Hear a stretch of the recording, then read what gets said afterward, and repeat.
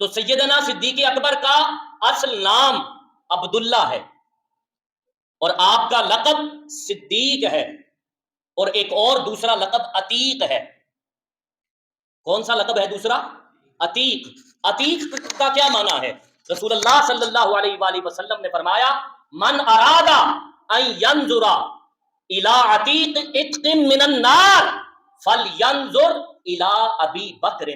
فرمایا جو یہ چاہتا ہے کہ دوزخ سے آزاد کسی شخص کو دیکھے، فرمایا وہ ابو بکر کو دیکھ لے۔ فرمایا جو کسی شخص ایسے کو دیکھنا چاہے جو دوزخ سے آزاد ہے، فرمایا وہ ابو بکر کو دیکھ لے۔ اس لیے آپ کا دوسرا لقب کیا ہے؟ عتیق۔ عتیق کا معنی ہے آزاد ہونا، دوزخ سے آزاد ہونا، اور آپ کی کنیت ابو بکر ہے۔ ابو بکر کا کیا مطلب ہے؟ ابو کہتے ہیں والا۔ کس کو کہتے ہیں؟ بولیے، والا۔ جیسے فرمایا ابو ہریرہ، ابو تراب، تو ابو کا معنی ہے والا۔ اور بکر کا کیا معنی ہے؟ بکر کا ایک معنی پہلا پھل۔ کیا معنی ہے؟ بولیے، پہلا پھل۔ جب باغ میں بہار آتی ہے تو جو پہلا پھول کھلتا ہے اس کو بکر کہتے ہیں، اور عرب میں جب باغ میں پہلا پھول کھلا کرتا تو عرب اس کو بکر کے نام سے پکارا کرتے۔ اور جب دن شروع ہوتا ہے سویرے سویرے کا ٹائم، تو کیونکہ دن کی ابتدا ہو رہی ہوتی ہے تو اس دن کی ابتدا کو بھی بکر کہتے ہیں۔ جیسے قرآن مجید میں فرمایا بکرۃ و اصیلا، تو بکر کا معنی کیا ہوا؟ ابتدا، اولیت، پہل۔ یہ بکر کا معنی ہوا، ابتدا کرنے والا، پہل کرنے والا، اولیت کرنے والا۔ تو میرے آقا نے جب اعلان نبوت فرمایا تو خواتین میں سے سب سے پہلے حضرت خدیجۃ الکبریٰ سلام اللہ علیہا نے کلمہ پڑھ کر اسلام قبول کیا۔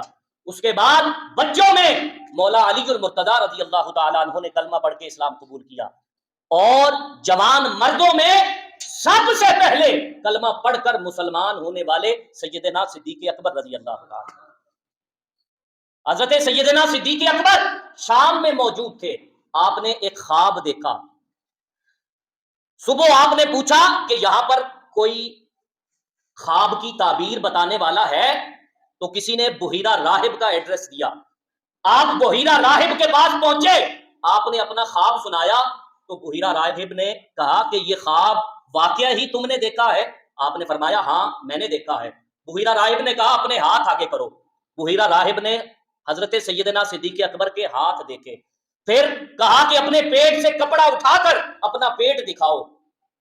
جب ساری نشانیاں دیکھ چکا تو اس نے کہا کہ اے خواب دیکھنے والے مبارک ہو، نبی آخر الزمان صلی اللہ علیہ وآلہ وسلم کے ظہور کا وقت ہے اور تجھے مبارک ہو، تو زندگی میں ان کا جانشین ہوگا اور ان کے وصال کے بعد سب سے پہلا خلیفہ بھی تو نامزد کیا جائے گا۔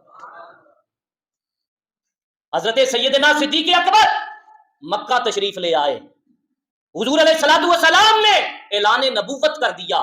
سیدنا صدیق اکبر نے کسی کو یہ خواب نہیں بتایا، نہ ہی بحیرہ راہب نے جو تعبیر بتائی تھی وہ تعبیر کسی کو بتائی۔ حضور علیہ الصلوۃ والسلام نے اعلان نبوت کیا، سیدنا صدیق اکبر حضور کے پاس پہنچ گئے اور کہا یا رسول اللہ آپ نے اعلان نبوت فرمایا ہے؟ حضور نے فرمایا ہاں میں نے ہی اعلان نبوت کیا ہے۔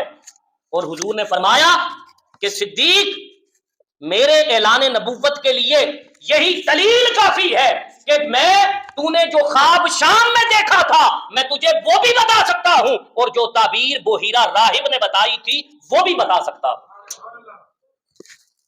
فرمایا میں وہ خواب بھی بتا سکتا ہوں۔ سیدنا صدیق اکبر نے کوئی دلیل نہیں مانگی، یہ حضور علیہ الصلوۃ والسلام نے خود سے سیدنا صدیق اکبر کو فرمایا کہ میں وہ خواب بھی بتا سکتا ہوں اور اس کی تعبیر بھی بتا سکتا ہوں۔ تو میں عرض یہ کر رہا تھا کہ آزاد جوان مردوں میں سب سے پہلے اسلام قبول کس نے کیا؟ سیدنا صدیق اکبر رضی اللہ تعالیٰ عنہ۔